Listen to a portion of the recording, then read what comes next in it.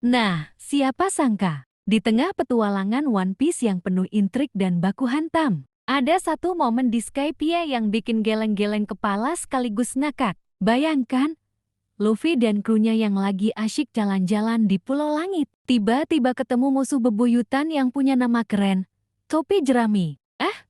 Tunggu dulu, kok Topi Jerami sih? Bukannya itu julukan Luffy sendiri ya? Wah, jangan-jangan saking polosnya Luffy, dia sampai lupa kalau dia itu Kapten Topi Jerami. Atau jangan-jangan, Enel ini punya musuh imajiner yang kebetulan banget. Namanya sama kayak topi kesayangan Luffy. Misteri ilahi ini hanya Oda Sensei yang tahu jawabannya. Pokoknya, intinya adalah Enel sang penguasa listrik dari Pulau Langit ini. Akhirnya harus gigit jari kalah sama si manusia karet. Tapi, jangan salah sangka, Enel ini bukan kaleng-kaleng loh. Dia itu dewa petir yang punya jurus listrik mematikan berkat buah iblis. Goro-goro nomor mi.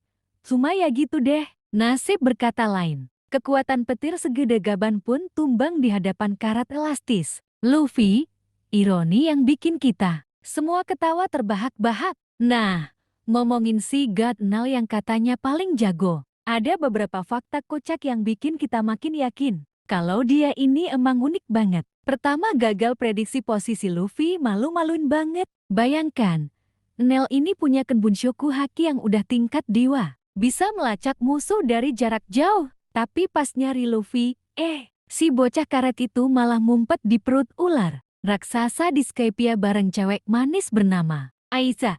Enel yang udah tebar pesona dengan hakinya cuma bisa garuk-garuk kepala karena sinyal Luffy hilang begitu aja. Mungkin sensor hakinya korslet karena terlalu banyak ketemu listrik. Atau emang perut ular itu anti deteksi haki? Entahlah, yang jelas Enel pasti malu banget.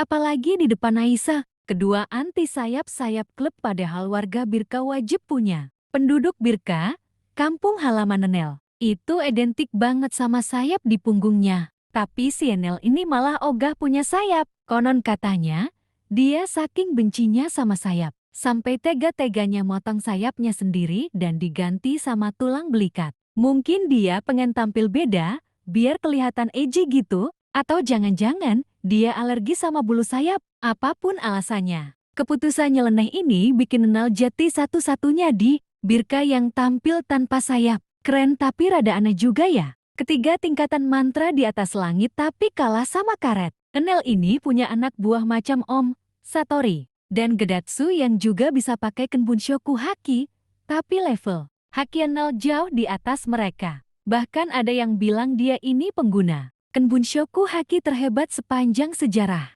One Piece. Udah kayak guru besar haki gitu dah. Tapi ya itu, sehebat-hebatnya haki, tetap aja kalah sama manusia karet yang anti petir. Sungguh pilu nasibmu, Enel. Keempat, hobi ngancurin kampung halaman sendiri biar berkesan anti mainstream.